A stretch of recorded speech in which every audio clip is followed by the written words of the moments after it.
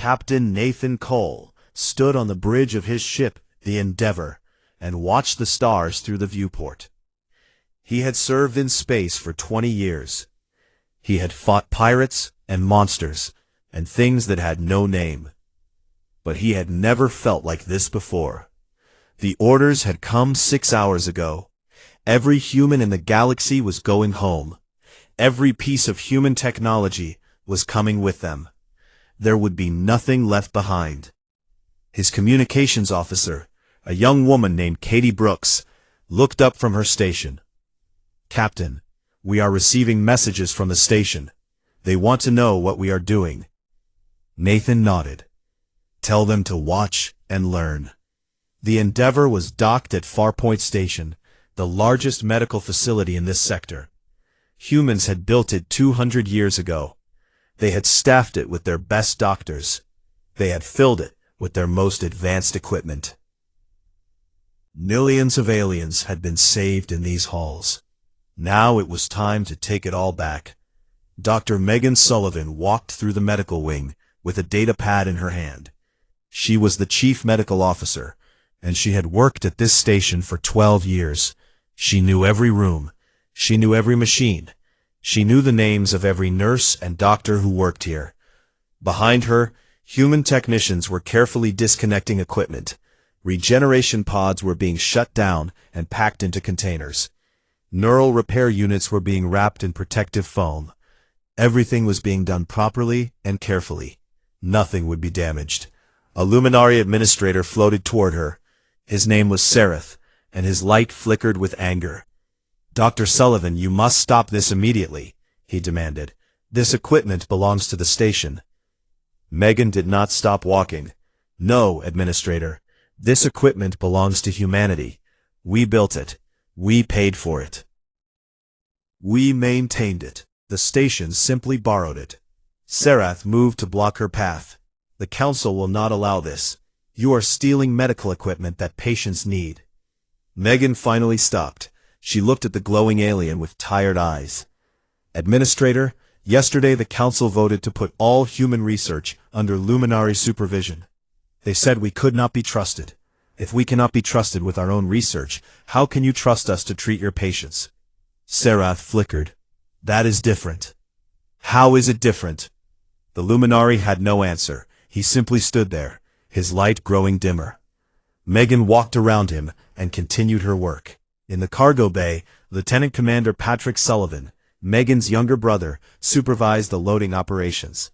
Crate after crate was being moved into human transport ships. Each crate was labeled with its contents: medical supplies, spare parts, research files, personal belongings. A Korthax security officer approached him. The alien was huge, with gray armor-like skin and 4 powerful arms. "Human," the Korthax said. "The station commander orders you to stop." Patrick looked up at the massive alien. He was not afraid. "The station commander can order whatever he wants. We are following orders from Earth. His authority does not apply to us anymore." The Korthax moved closer. "We could make you stop." Patrick smiled. "You could try, but there are 40,000 humans on this station, and there are only 200 Korthax security guards.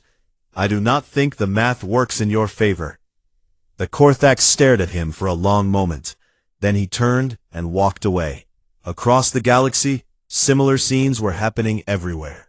On the Korthax border world of Tharsis Prime, human soldiers were packing up their weapons and equipment. They had defended this world for a century. They had bled and died to keep the Void Swarm away. Now they were leaving. General Victor Mason stood before the Korthax planetary governor. The governor was furious. "You cannot leave," the governor shouted. "The Void Swarm will attack within weeks. We need your troops." Victor shook his head. "You needed our troops, past tense. The Council voted to give our patrol routes to the Korthax military. That means you can defend yourselves now." "Our troops are not ready," the governor admitted. "We do not have enough soldiers trained for swarm tactics." "That sounds like a problem you should have considered before the vote," Victor said. He turned and walked toward the waiting transport. His troops followed in perfect order. They did not look back. On the science station Nexus 7, human researchers were disconnecting from the Universal Research Network. Every file they had uploaded was being removed. Every discovery they had shared was being taken back. Every formula and design and theory that human minds had created over 3 centuries was disappearing from the system. Dr. Angela Pierce, the station's lead physicist, supervised the process. A luminary scientist watched her with growing horror. "You cannot do this," he said. "This knowledge belongs to everyone." Angela shook her head. "This knowledge belongs to the humans who discovered it. We shared it freely because we believed in cooperation. We believed in working together. We believed we were partners." She looked at him with cold eyes. "We were wrong." The luminary scientist tried to access the files before they were gone. But human security systems blocked him at every turn. The humans had designed those systems too. They knew every weakness and every back door. Within hours, the Universal Research Network had lost 40% of its data. Back on the Endeavour, Captain Nathan Cole received a message from Earth. It was from the Terran Defense Council, and it contained new orders. He read them twice to make sure he understood. "Katie," he said to his communications officer, "send a message to all human ships in this sector. The Korthax are sending a fleet to take over our patrol routes along the Darkness Expanse. We are ordered to let them pass without interference." Katie frowned. "Sir, the Darkness Expanse is the most dangerous stretch of space in this region. The Void Swarm has been testing our defenses there for months. The Korthax have never faced anything like it." Nathan nodded slowly. "I know. Should we warn them?" Nathan thought about it. He thought about all the times human soldiers had died protecting Korthax worlds. He thought about all the battles where humans had pulled Korthax ships out of danger. He thought about the Korthax generals standing in the council chamber, calling humans dishonorable. "No," he said finally. "They told the council that our tactics were wrong, that our methods were improper. Let them show everyone the right way to do it." He turned back to the viewport. In the distance, he could see the Korthax fleet moving toward the Darkness Expanse. 50 warships flying in perfect formation. They looked proud and confident. They had no idea what was waiting for them. 3 days later, the Korthax fleet was gone. The Void Swarm had torn them apart in less than 6 hours. Their rigid formations had been useless. Their traditional tactics had failed. Their proud ships had become floating tombs. The Galaxy Council demanded that humanity send rescue ships. The humans politely declined. Search and rescue was a military operation. The Council had given military operations to the Korthax. Humanity would not interfere. The message was clear. The Council had made their choice. Now they would live with the results. On Farpoint Station, Dr. Megan Sullivan finished packing the last piece of equipment. She stood in the empty medical wing and looked around. The walls were bare. The rooms were silent. Everything that had made this place special was now sitting in cargo containers. A luminary patient floated in the hallway, looking lost and afraid. His light was dim, and his movements were slow. He was sick, and his regular treatments had just stopped. Megan felt something twist in her heart. She wanted to help him. Every part of her training told her to help him. But she thought about the council vote. She thought about all the speeches calling humans dangerous and untrustworthy. She thought about 300 years of service being dismissed with a single vote. "I am sorry," she said to the sick luminary. "You will need to find a new doctor." She walked past him and did not look back. The doors closed behind her. The humans were leaving, and the galaxy was about to learn how much it had needed them. 6 months had passed since the humans left. The Galaxy Council chamber was quiet now. Half the seats were empty. Many delegates had stopped coming to meetings. There was too much chaos at home. High Chancellor Vetheron stood at the central platform. His crystal body was darker than before. The colors that once danced through him had faded. He looked old and tired. "This emergency session will come to order," he announced. The remaining delegates turned their attention to him, but there was no respect in their eyes. They blamed him. They blamed each other. Most of all, they blamed the humans who were no longer there. The Korthax representative was the first to speak. His name was General Throck, and he had replaced the previous general who had died along with the fleet in the darkness expanse. "The Void Swarm has taken 14 more systems," Throck reported. His voice was heavy with exhaustion. "Our troops fight bravely, but they cannot adapt fast enough. The Swarm learns from every battle. They change their tactics constantly. We do not know how to respond." A Luminari scientist named Veeth rose next. "Our medical facilities are failing. Mortality rates have increased by 40% across all species. We have the equipment, but we do not have the knowledge to use it properly." Human doctors understood how to improvise. They could look at a patient and see things our scanners missed. Without them, we are losing patients we should be able to save. One by one, other species reported similar disasters. The trade networks were collapsing. Human logistics experts had managed cargo routes across the galaxy with impossible efficiency. No one else understood how they had done it. Ships sat in ports for weeks, waiting for clearance. Food was rotting in warehouses while planets starved. The power grids on 30 worlds had failed. Human engineers had built backup systems and emergency protocols that no one else knew how to operate. Cities went dark. Factories shut down. Millions of beings were left without heat or light. The Universal Research Network was practically useless. Without human contributions, progress had slowed to a crawl. Problems that would have been solved in days now took months. Diseases that should have been cured spread unchecked.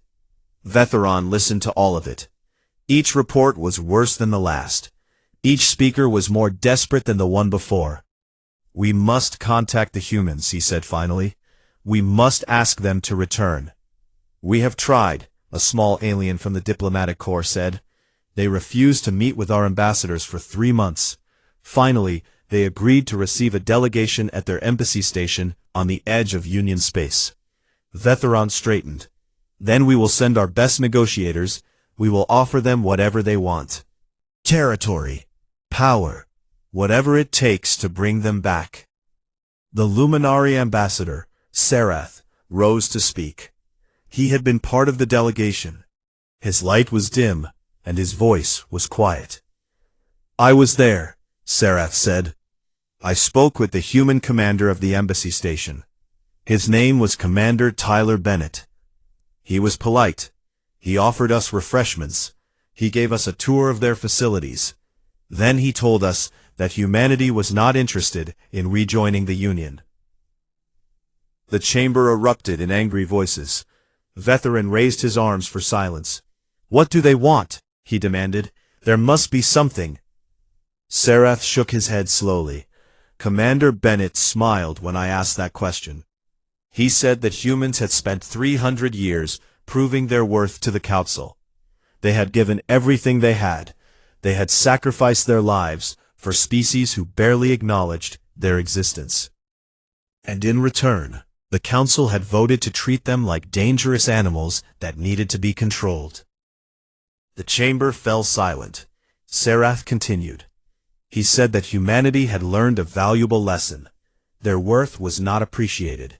So, they would take that worth elsewhere. They would build their own civilization. They would help those who wanted their help and ignore those who did not. "That is madness," General Throck growled. "We are facing extinction. The Void Swarm will consume us all. Do they not care?" Sarath looked at the Korthax general with something like pity. "I asked Commander Bennett that same question. Do you know what he said?" No one answered. He said that for 300 years, humans had cared. They had cared so much that they died by the millions, defending species who called them dangerous and uncivilized. They had cared so much that they shared their knowledge with species who called them stupid and emotional. They had cared so much that they gave everything they had to a union that treated them like second-class citizens. Sarath paused, and then he said that humans had finally stopped caring. Not out of cruelty, not out of revenge. They had simply realized that their caring was not wanted. So they stopped. Vetheron's crystal body flickered with frustration. This is unacceptable. We will go to Earth directly. We will speak with their leaders. Their borders are closed, Sarath said. Human space is now protected by defense systems we have never seen before. Any ship that approaches without permission is turned away. Some ships that ignored the warnings were disabled. Their crews were rescued and sent back unharmed, but the message was clear. Humans do not want visitors.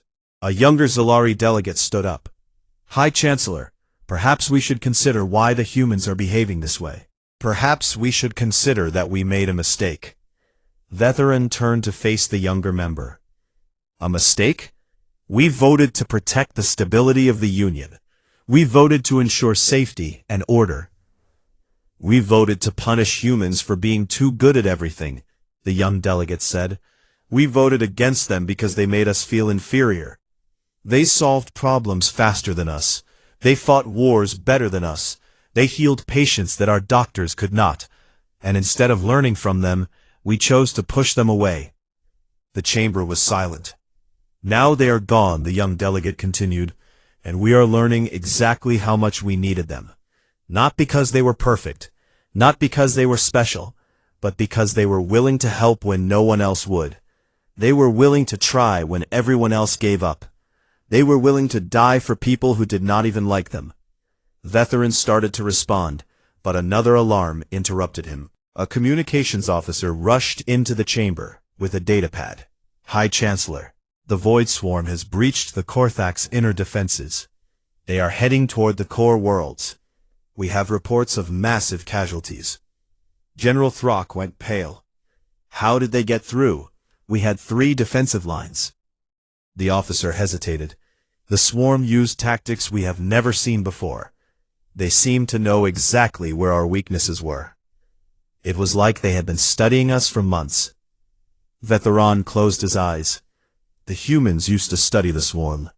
They used to predict their movements and prepare counter-tactics. The humans are gone, Sarath said quietly. The chamber descended into chaos. Delegates shouted at each other.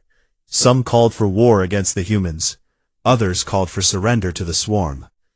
A few simply sat in silence, too shocked to speak.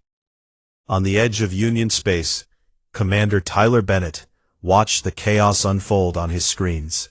He was a middle-aged man with calm eyes and steady hands. He had served in the human military for 20 years before taking this diplomatic posting. His aide, a young officer named Hannah Park, stood beside him. They are falling apart, she said. The council is blaming each other. The military is retreating. The civilians are panicking. Tyler nodded slowly. That is what happens when you push away the people who are holding everything together. Do you feel sorry for them? Tyler thought about the question. He thought about all the humans who had died in Union service. He thought about all the speeches calling his people dangerous and unpredictable. He thought about 300 years of loyalty being dismissed with a single vote. I feel sorry for the innocent people who are suffering, he said finally. The farmers and workers and children who had nothing to do with the council's decision. They do not deserve what is happening. And the council itself? Tyler's expression hardened. The council made their choice. They decided they did not need us. They decided they could do better without us. Now they are finding out the truth. He turned away from the screens. Let them learn. Let them understand. And when they are ready to treat us as equals, we will be here. Until then, we have our own people to take care of. Hannah looked at the screens one more time. The Galaxy Council chamber was in complete disorder. Species that had been allies for millennia were now screaming at each other.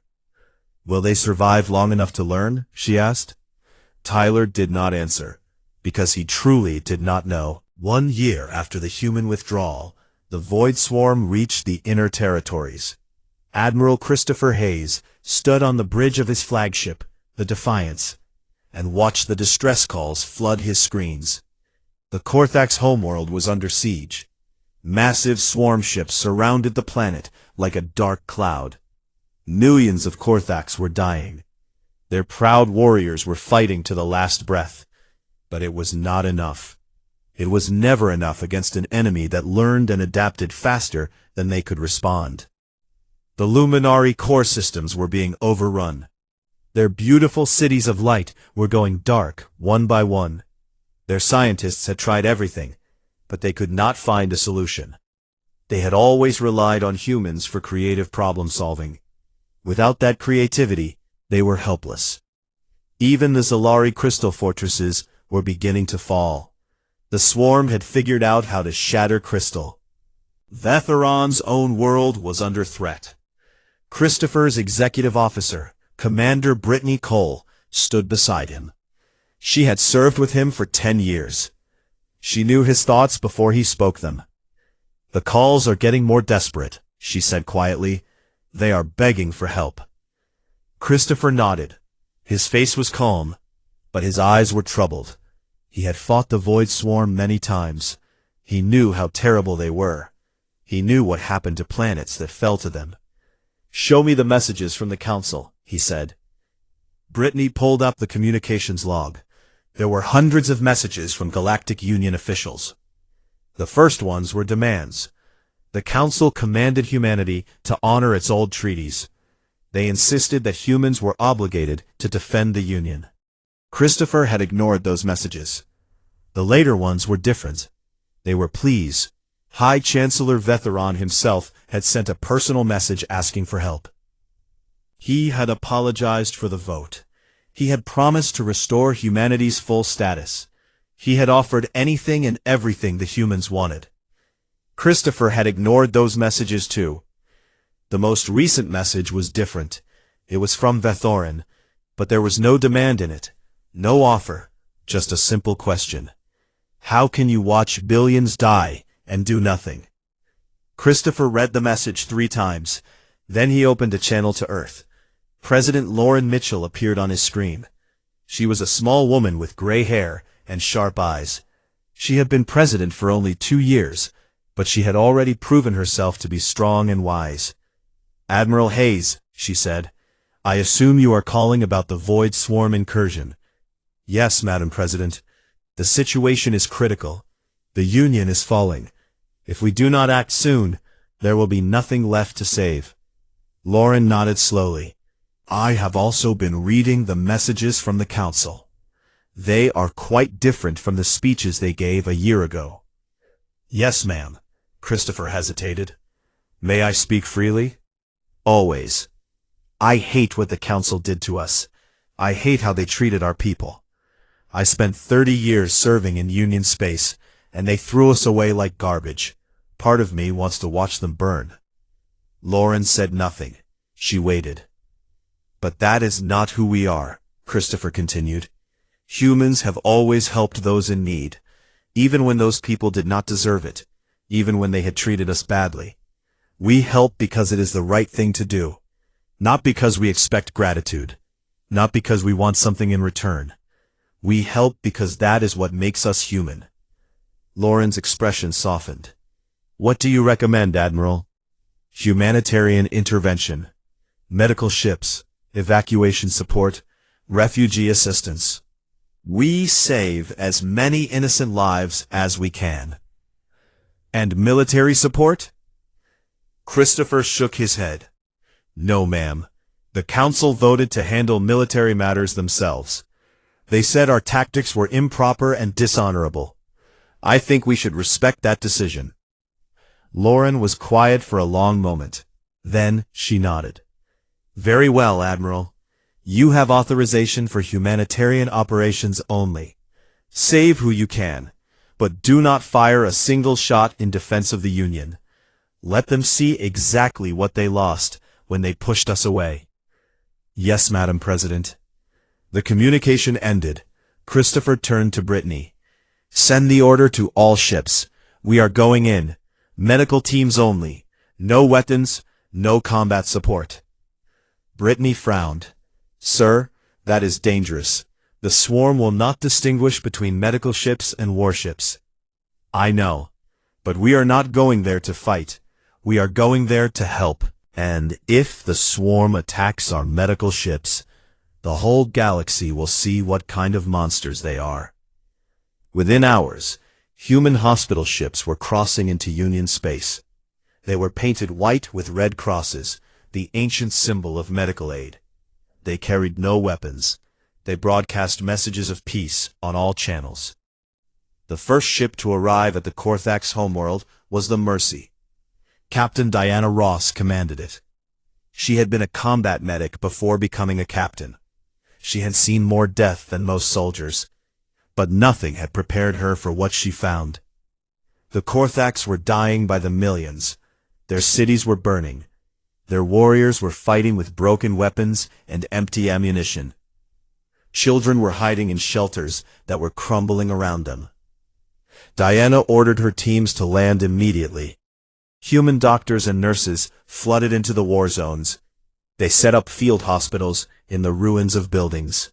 They treated the wounded without asking who they were or what species they belonged to. A Korthax warrior stumbled toward one of the medical stations. He was missing 2 of his 4 arms. His armor was shattered. Blood poured from a dozen wounds. He looked at the human doctor working on another patient. "Why are you here?" he gasped. "We treated you like enemies. Why would you help us?" The doctor, a young man named Lucas Gray, did not stop working. "Because you are hurt. Because you are dying. Because we can help. That is enough." The Korthax warrior collapsed. Lucas caught him and gently lowered him to the ground. He started treating his wounds immediately. "We do not deserve your help," the warrior whispered. Lucas looked at him with sad eyes. "Maybe not, but we are not here because you deserve it. We are here because it is the right thing to do." Similar scenes played out across the galaxy. Human medical ships appeared at every major battle. They evacuated civilians from falling worlds. They treated the wounded and the sick. They offered shelter to refugees who had nowhere else to go. The Galaxy Council watched in confusion and shame. They had expected the humans to gloat. They had expected demands and conditions and humiliation. Instead, the humans simply helped. Quietly, efficiently, without asking for anything in return. High Chancellor Vetheron sent another message to President Mitchell. He asked why. Why would humans help people who had treated them so badly? Lauren's response was simple. Because suffering does not care about politics. Because dying children do not know anything about council votes. Because the innocent should not pay for the mistakes of their leaders. And because, despite everything you did to us, we are still better than you think we are. Vetheron read the message again and again. He did not know how to respond. On the front lines, Admiral Christopher Hayes watched the battle from a safe distance. His combat ships waited at the border of human space, ready to defend if the swarm came too close. But they did not fire a single shot in defense of the Union. The message was clear. Humanity would help those in need. Humanity would save innocent lives. But humanity would not fight for people who had rejected them. The Union would have to save itself, or fall trying. Brittany stood beside him, watching the destruction unfold. "Do you think they understand now?" she asked. Christopher nodded slowly. "They are beginning to, but understanding is not the same as changing. We will have to wait and see what they do with this lesson." He turned away from the screens. Behind him the galaxy burned. But somewhere in the darkness, human doctors were healing the wounded. Human ships were rescuing the lost. Human hands were reaching out to help. Even now, Humanity could not stop being human. It was their greatest weakness and their greatest strength. The Void Swarm was eventually pushed back. But it was not the Galactic Union that won the war. It was the Terran Alliance. In the 5 years since the human withdrawal, humanity had not been idle. They had built new colonies in unexplored space. They had developed new technologies without Union restrictions. They had created a fleet that was stronger and faster than anything the galaxy had ever seen. When the swarm threatened to consume everything, it was human ships that held the line. Human tactics that confused and defeated the enemy. Human soldiers that fought with the creativity and determination that had always made them special. The war lasted 2 more years. When it ended, the swarm had been driven back to the edges of known space. They would return someday. But for now, the galaxy was safe. But the galaxy that emerged from the war was very different from the one that had existed before. The Galactic Union still existed, but it was a shadow of its former self.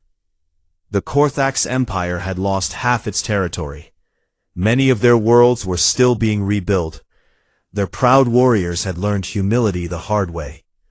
The Luminary Collective had fractured into competing factions. Without human scientists to guide them, their research had stagnated. Some factions had joined the Terran Alliance. Others had retreated into isolation. The Zalari had suffered the most.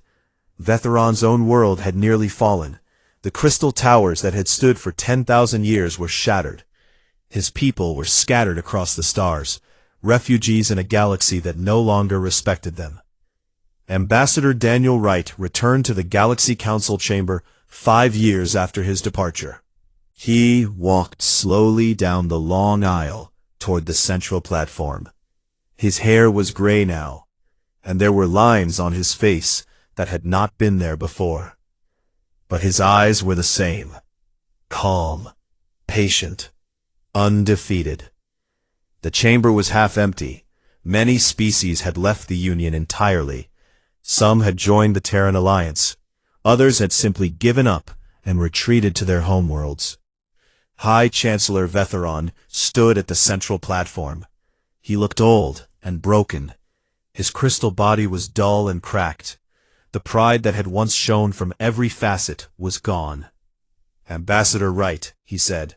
His voice was soft, almost humble. "Thank you for coming." Daniel nodded. "High Chancellor, I will not waste your time with formalities."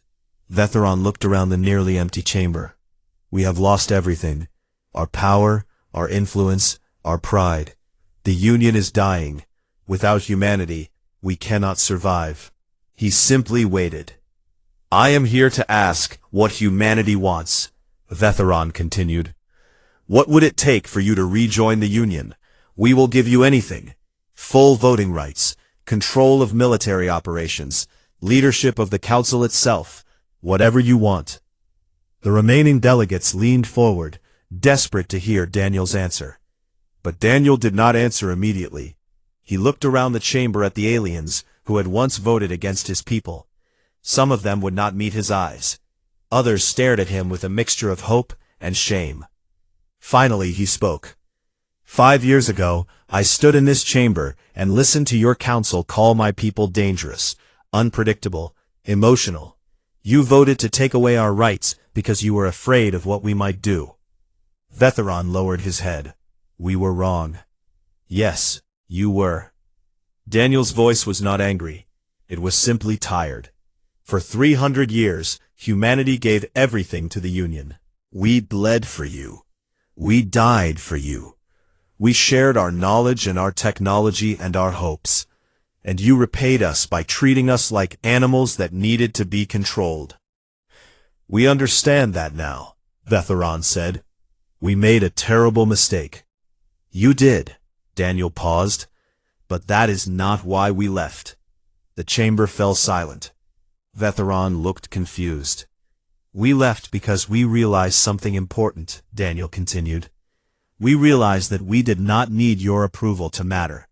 We did not need the Council's respect to be valuable. We did not need anyone's permission to be who we are." He stepped closer to the platform. When you pushed us away, we did not collapse. We did not beg to come back. We built something new, something better.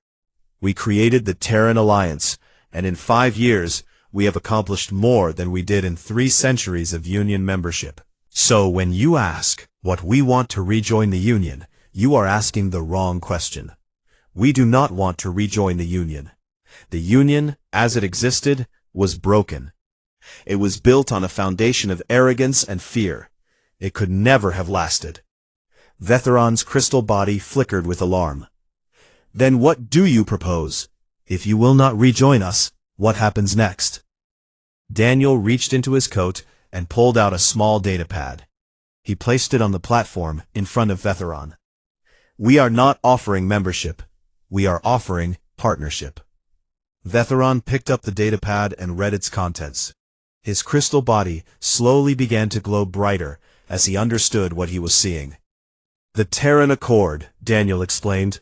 A new alliance, not built on tiers or rankings, not divided into first-class and second-class citizens. Every species that joins is equal. Every contribution is valued. He looked around the chamber at the remaining delegates. Humanity will be part of this alliance, but we will not lead it alone. We will work together, as partners, to rebuild what was lost and create something better. A Luminari delegate stood up. What if we refuse? What if we choose to continue as we are? Daniel shrugged. Then you are free to do so. The Terran Alliance will continue to grow and thrive. We will trade with those who want to trade. We will help those who want help. We will defend ourselves against anyone who threatens us. But we will not force anyone to join us. He looked at the Luminari directly. We learned a long time ago that forcing people to be our friends does not work. Partnership must be freely chosen. Otherwise, it means nothing. Then, slowly, the Luminari delegates spoke again. The Luminari Collective, or what remains of it, accepts the terms of the Terran Accord. We will join the alliance. One by one, other species followed. The Korthax General Throk rose and pledged his people's support. Several smaller species stood and voiced their agreement. Finally, only Vetheron remained silent. Daniel looked at the old Zalari. High Chancellor. Vetheron closed his eyes. When he opened them again, there was something different in his expression. Something that might have been acceptance, or perhaps relief. For 10,000 years, the Zalari have led the Galaxy Council. We believed we were chosen to guide the lesser species. We believed our age made us wise. He looked at Daniel with something almost like respect. We were fools. We had wisdom, but we lacked understanding. We had knowledge, but we lacked compassion. We had power, but we lacked humanity.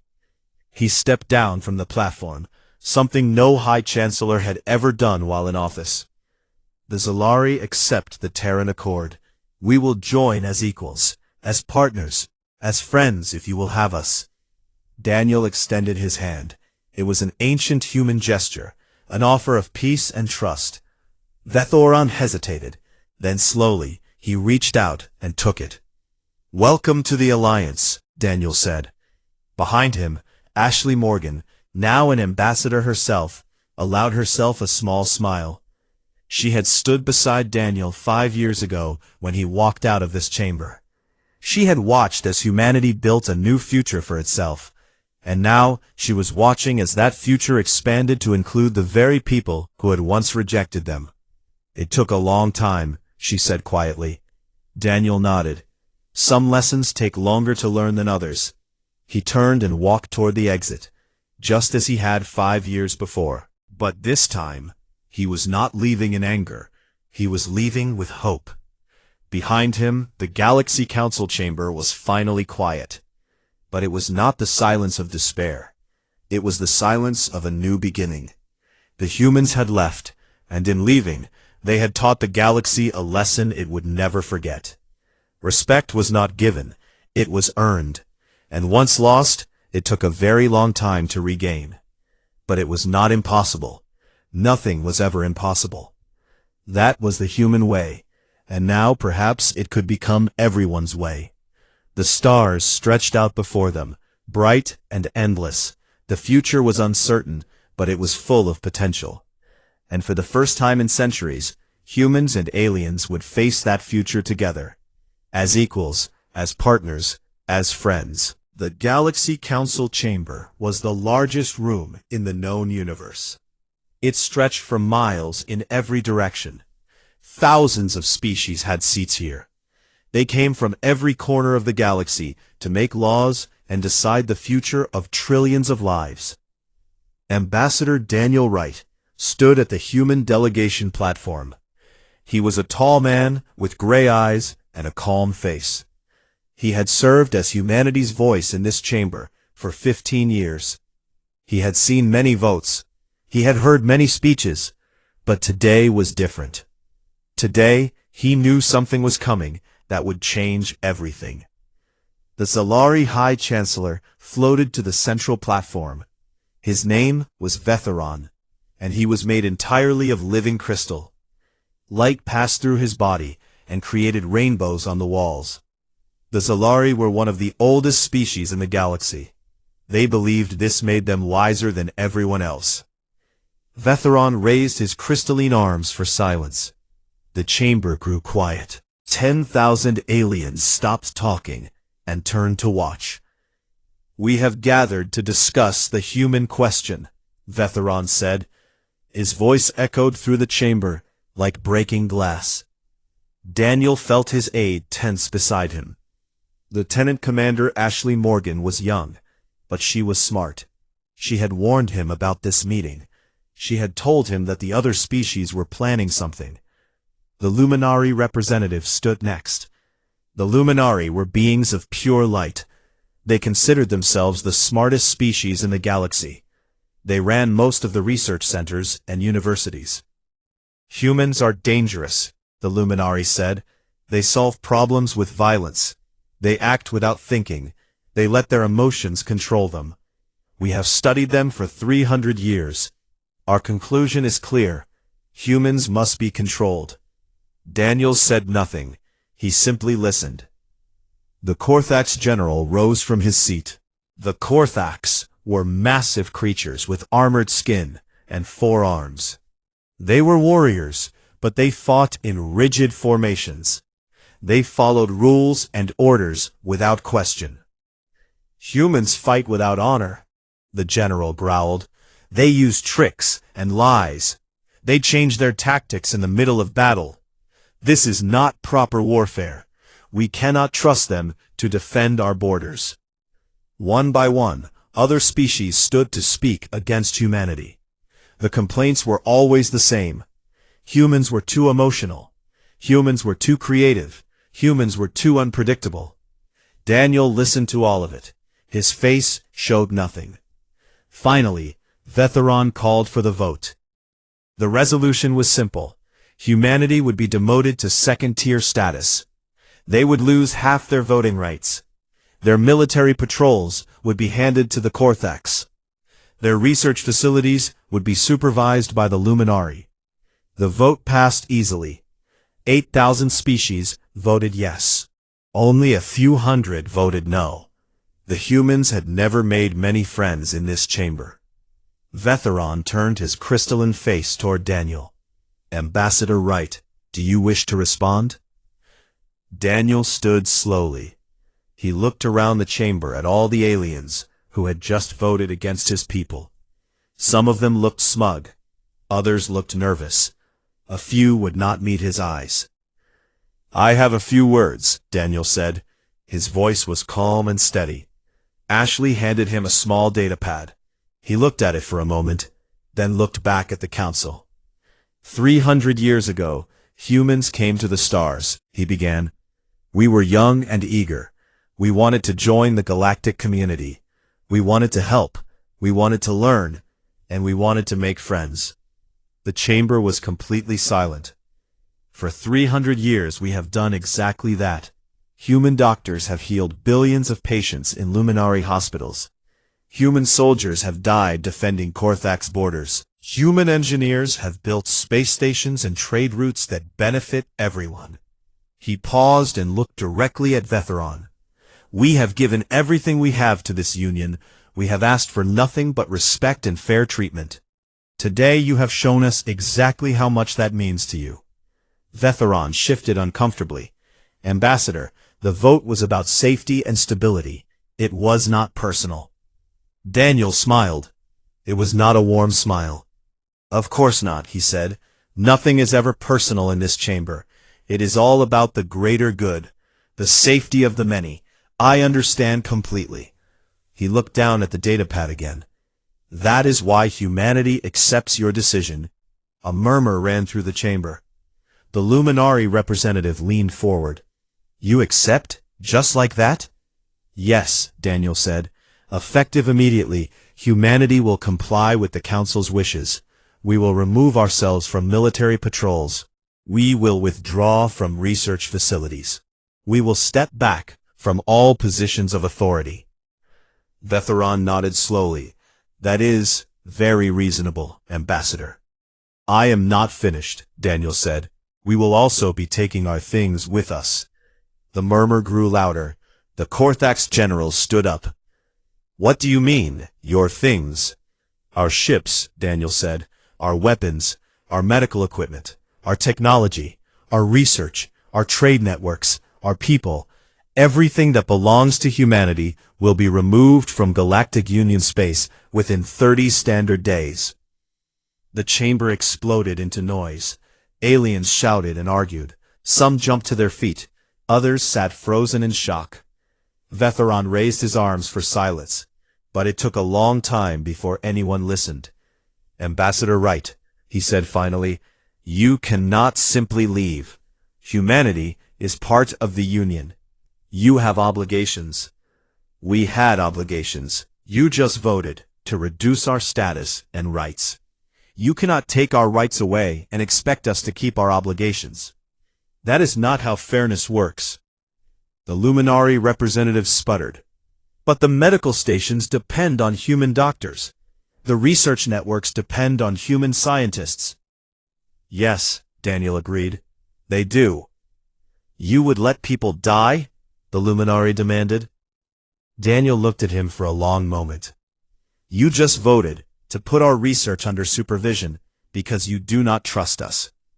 If you do not trust us, why would you want our doctors treating your patients? The Luminari had no answer. Ashley stepped forward and handed Daniel a second datapad. He pressed a button, and the chamber's screens flickered to life. They showed human ships all across the galaxy beginning to move. Cargo was being loaded. Stations were being shut down. Troops were boarding transport vessels. As you can see, Daniel said, the withdrawal has already begun. We anticipated your vote. We have been preparing for some time. Vetheron's crystal body flickered with angry colors. This is a bluff. You are trying to scare us into changing our decision. Daniel shook his head. No, High Chancellor. This is not a bluff. This is not a negotiation. This is simply a fact. You made your choice. Now we are making ours. He turned and walked toward the exit. Ashley followed close behind. Ambassador Wright, Vetheron called out. Come back here. We are not finished. Daniel stopped at the doorway. He looked back over his shoulder at the thousands of aliens staring at him. Yes, High Chancellor, he said quietly. We are. He walked out of the chamber. The doors closed behind him. Inside, the Galaxy Council descended into chaos. Ashley walked beside him in silence for a moment. Then she spoke. Do you think they understand what they have done? She asked. Daniel kept walking. No, he said, not yet, but they will. He did not look back.